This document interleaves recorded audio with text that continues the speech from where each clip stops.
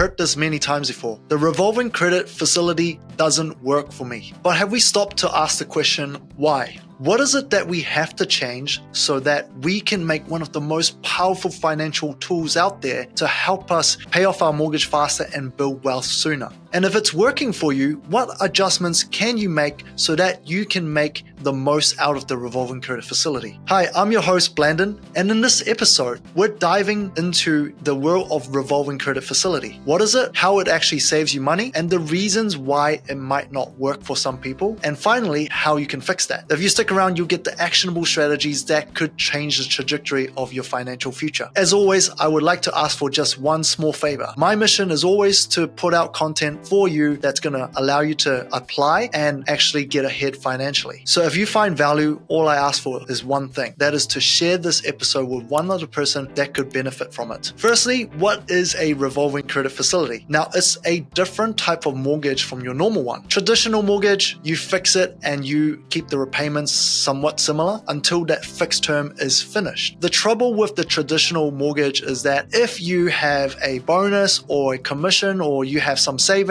if you want to pay off that mortgage earlier, you have to pay a break fee. Now, revolving credit facility is a floating loan. So that means you can put any amount into that mortgage at any time with no extra costs. It does give you a bit more flexibility. So the major upside with the revolving credit facility compared to your traditional floating loan is that, let's say if you put some extra money in and you need to take it back out, you can't do that with a floating loan. While a revolving credit facility, you can go back in and take out everything that you have put in as an extra amount. There's no extra cost for you to do that, no extra communications with the bank, is money available to you at any time. So with that flexibility, obviously there should be some sort of downside. Why wouldn't you just put your whole mortgage on the revolving credit facility? Remember, it is on a floating interest rate and you cannot fix a revolving credit facility. So that means the interest rate is going to be slightly higher than your fixed loan. So then how could you use this to save money? Which leads us to the second point. Now, because it's a floating interest rate, you're paying more in repayments every single week, fortnight, or month. How do you use it? Now, you never put your whole loan on a revolving credit facility unless you have a lot of money coming in and out of your account. Usually, you would choose to just put a small portion of your mortgage on a revolving credit facility. This way, you can pay majority fixed interest rate and then a small portion where your money comes in and out. That portion, you can pay a higher rate, but you'll save money because every dollar that sits in that savings account or the revolving credit facility, it's offsetting the principal. So even if your paycheck just comes into the account for one day and then you have to spend it for something else, that is going to offset that principal amount of that loan. Now, if you just try to compare this with a normal loan, your paycheck comes in and then you wait for your repayments to go out. If it's sitting in your checking account, you're not going to get much interest on that savings because it's just sitting there for like a week. However, if you have a revolving credit facility, you can put all of that paycheck into that account, and even for that 1 week that is just sitting there, every single dollar is offsetting the principal amount. That means you're going to be saving a lot more interest in the long run. So if I was to summarize this, a revolving credit allows you to utilize the savings you have on hand, and every dollar extra that is not going towards the mortgage, that is going to offset some interest. And if you want a video explanation where I have some drawings on a whiteboard, you can check out our YouTube channel, just search up revolving credit facility. So once you have a revolving credit facility, it actually replaces all of your savings account. You don't have savings account anymore, and everything that you have is going to offset the principal. This way you're going to save the most interest. So that leads us to our third point. Why doesn't everyone use this revolving credit facility? Well, it's not for everybody. The people that can make this work, usually they have a regular savings habit. They can save a decent chunk of their income, they can put it away and put it in the revolving credit facility. Now, if a family use most of the income every month, it's going to be hard for them to utilize the revolving credit facility. If they have money in the account and they can't keep their hands out of the cookie jar, it's also not recommended to use a revolving credit. You need to have regular, consistent savings that's going to be utilizing that revolving credit really well. So in short, if you don't have the right money habits just yet, revolving credit facility might not be the solution for you. So how do we solve it? We need to build better money habits. And the easiest way to do this is apply what we call the income allocation theory, or 20-30-50 rule. This is our fourth point, how you can fix it with the income allocation theory. In short, it's basically taking your paycheck and then you split it into the 3 buckets. This is the theory in the best-selling personal finance book called The Barefoot Investor. The 3 buckets consist of 3 things, of course. The first one is long-term wealth, which is going to pay your future self, right? This is for your retirement, for your future options, for your kids. And then you've got the medium-term funds, which is like your vacation, your wants that you have, like some toys, or potentially your emergency fund and entertainment. And then lastly, a good chunk of it goes to living expense, everything that you need to survive. So by having your paycheck come in and then automating it to the 3 buckets, that's going to allow you to manage your money significantly better, right? And if you structure your income like this, you are going to be able to utilize the revolving credit 10 times better than the people who don't. Now, of course, if you want to learn more about this income allocation theory, there are 3 things you can do. First one, I definitely recommend reading Barefoot Investor. Secondly, you can Google 20-30-50 rule. Or thirdly, you can watch another video in this channel by searching income allocation. So to summarize, the revolving credit is not for everybody. And if you don't have the right money habits just yet, you don't have to worry. Just scrap the revolving credit for now and look at how you can build the right money habits through income allocation. Plan out how you can apply this rule in how you're spending your money. And of course, you never have to do this alone. We have a sister company called Wealth HQ. This is something we do for free for our clients. If you want to figure out how you can do the income allocation plan for yourself, you can talk to the Wealth HQ team. Now, you might be wondering, how are we doing this for free? Well, a lot of clients come to us wanting to be better with their money. And the way we can make money off this is we look after insurance and KiwiSaver for our clients, and the insurers and the KiwiSaver provider pays us to look after you. If you want to try out the service with us, you can simply email me, landon@mhq.co.nz. Now, don't forget, if you have found value in this episode, do me a small favor and share it with one person that could benefit from it. And until next time, I'll see you guys again.